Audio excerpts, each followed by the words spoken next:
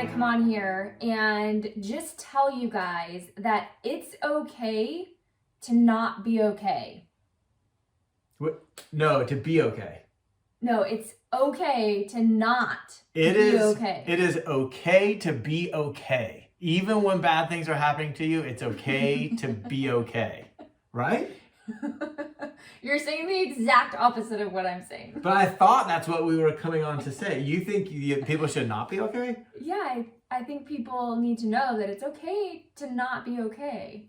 Because it's part of being human. Yeah, I guess that's true. And really the reason we want to talk about this is this exact conversation came up in our morning meeting this morning. And we were talking about whether it's okay to be okay or not be okay. And what I realized is that I do have a way of approaching life that puts a heavy emphasis on how it is okay to be okay. But there are a lot of times that come up where I need to get in touch with my inner Whitney a little bit. Right. And go ahead and process some right. emotion. Learn from the master over here. Yeah, so what does inner Whitney mean? Inner Whitney allows her emotion, gets in touch with her emotion. Sometimes she'll feel an emotion and then she's just gone. I'm like, where did Whitney go? Woo! Oh, we have a guest bedroom. Oh, that's what you mean. Yeah, we have a guest bedroom that also goes by the name the meditation room. Wit's meditation room. That's right. I'm barely even allowed in there. My It's parents my room. get to sleep in there when they're visiting, and other than that, it's Wit's. She has it. We'll get some bad news, or life will take a tough turn, and all of a sudden, Wit? And she won't answer me when she's in there. And so, yeah, she's in there like processing emotion. And that's what I mean by my inner Whitney. Going and really just allowing it and being in it for a little bit. Have I ever been in there for an entire day? Are we talking like in and out or literally no eating? No, like all day. No, never been all day. It's Okay. never been all day. Yeah, maybe one day out of the 4 years, but for the most part, I'm in there and then I come back a totally different person. Yes. Because I'm willing to be not okay. When do you need to be in touch with your inner wit? It would be times when I am like actually trying to push down an emotion. And so then I would notice that I'm maybe not being present. What's an example of an emotion? One that I would push down, I guess, would be like disappointed. Mm-hmm. I don't really acknowledge that I feel disappointed very often. And I get caught up in the idea that I understand the mechanism of disappointment. I get it. It was my expectation. I had an expectation. The expectation was not met by the world. The world's not wrong. My expectation's wrong. I know it. I know the mechanics. I believe the mechanics. And so then when I feel the disappointment, I might forget that my understanding, my knowledge of the situation is a tool or technique, and I mistake it for my significance or strength. Mm. And so then when I feel disappointment, my lie that goes on, my error in thinking is that I'm somehow being weak or inauthentic to myself. And so that's when a good word. That's when I need to go in and say, yeah, it's actually okay to be not okay, and let me address this and deal with life on life's terms in this moment. Yeah, I think a lot of people could benefit from hearing that. Can you repeat that? Just kidding. The resistance that you have about going to inner wit is that you make it mean that you're weak or... I have a system and a tool that I use to be okay, even when things are hard. And I forget that it's a system and a tool, and I start to mistake it for who I am. And so then if I feel disappointed, it's like who I am isn't working. Mm. And so now I'm not so willing to evaluate it. I'm not so willing to question if this is a time to be inner wit or stay with inner Jake. That's the trouble I get in, is when I get in that space. And that's where I've kind of learned to remember, no, that's a process, it's a tool, it's a technique, not who I am.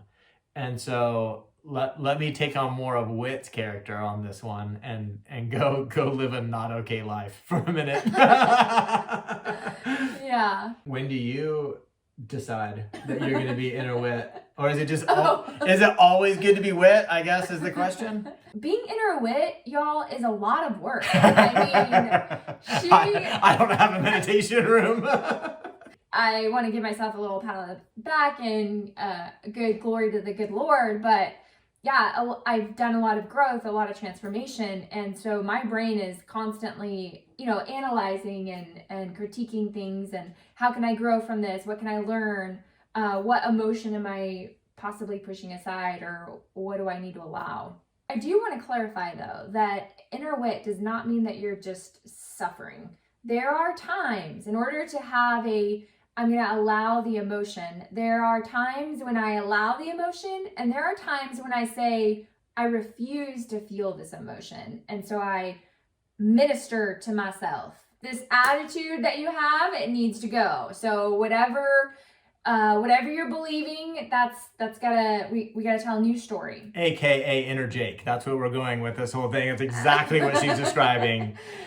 My emotion is representing my thinking. I can just switch my thinking. But this is the thing. This is what I've learned. And to take it a little bit deep for a second. You're going to go deep? I'm going to go deep. I'm the deep one. I'm being inner wit right now. And so I get to go deep. Okay. There was a season of my life where I was newly divorced. And I felt that I had failed in my marriage. I'd failed as a husband. I failed as a dad. I was trapped in Texas. I didn't have friends or a support community here because they kind of get split between the two of you in a scenario like that. And I didn't want to inconvenience anybody by making them choose me. And so everyone I knew was back home. I was second guessing my financial choices that I had made throughout my time that led me to this place.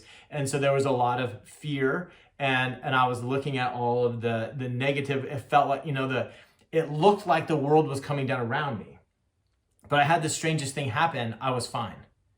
And it really concerned me. It felt very inappropriate. I was like, uh-oh, I'm fine. Mm-hmm. And I need to not be, because I know I've seen that people happen with us. I've heard their stories. I've seen them on TV, and they're very, the sky is falling. Everything's going wrong. And I'm like, but this is weird.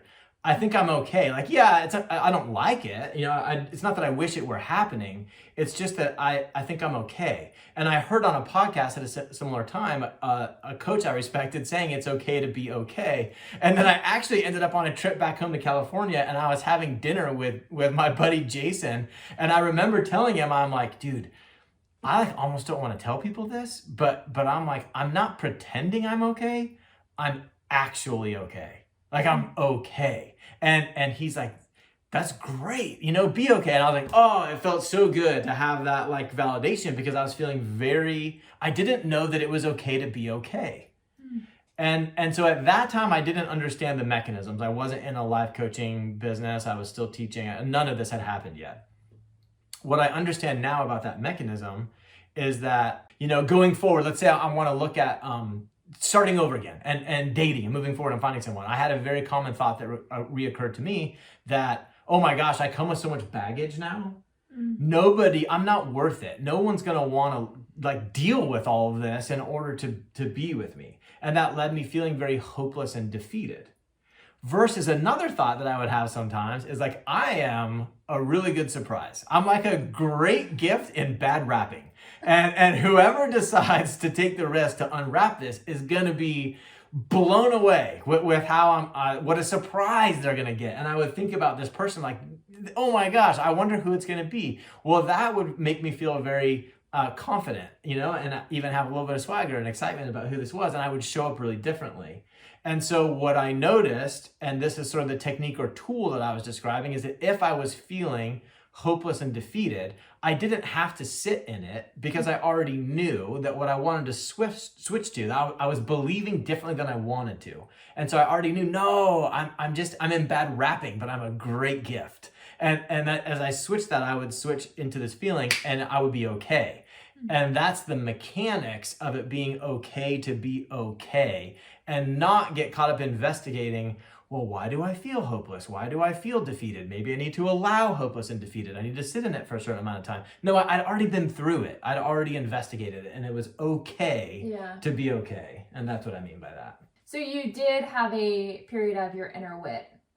and then it switched to energy. Yes, exactly. Yeah. I think when something's good. new, it's definitely a WIT moment. Mm-hmm. And then when you already understand the system, you don't have to keep solving the same problem. Yeah, that's good. Yeah.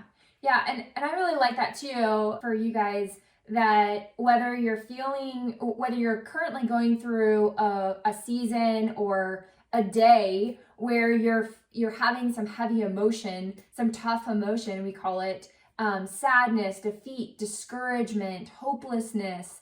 Those are all uncomfortable emotions that it's okay to not be okay and to sit with those and to allow them. And it's also okay to be okay and say, hey, I am done feeling these tough emotions. How do you get out of that? How do you just change your thinking? You know the thinking. Yeah, you understand what emotions are. That what they are is an indication of your thinking. Now, the error I make is me saying something like, and that's all they are. So they're nothing. Because that's not accurate. They are indications of your thinking, but they're also real vibrations that are happening in your body. Yeah. They're both. Definitely. And so that's how that's why sometimes it's good to be Jake and sometimes it's good to be Whit. It's a little dance that you kind of do to be able to really deal with life on life's terms, because on one hand, you want to not be resisting everything when it's going wrong and pretending it's not there, because that leads to missing out on growth and buffering and numbing, depression, avoiding, and then also the emotional amplification where it just gets louder if you try to press it down. Yeah. But on the other hand, you don't have to hang out there. You really can solve the problem. I mean, maybe we shouldn't call it a problem. You can really understand the mechanism. You can understand how it works and what's going on, and you can turn the dials. Yeah. That's an option too. Yeah, that's so good.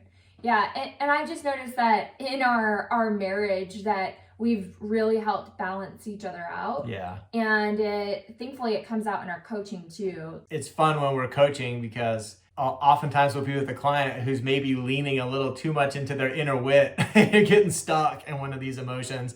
And it's like, hey, let's just sprinkle some Jake on this situation. And then other times they may be, in trying to have a little bit of cockiness about, I don't feel anything. I'm always fine and everything's great. And let's sprinkle a little wit on that. You probably want to go check on those things. And so it's something that we love it's why we're a team. An opportunity for you to get better at these skills is through Trust University. It's a monthly membership, and we have these videos as well as our coaching that's available in there. So if you have questions or if this is piquing some curiosity in terms of dealing with tough emotions, do I want to lean more into inner Jake or more inner Wit? How do I do that? Then we suggest going there. Yeah, and also if you watch this, I want to know. I want a scoreboard. I want to know. I want to know who is more naturally inner Jake and who's more naturally inner Wit. Yeah. So which one are you naturally and have a tougher time getting into? I would say that there's probably more inner Jakes. You think so? Let's find out. I don't know. You're pretty unique.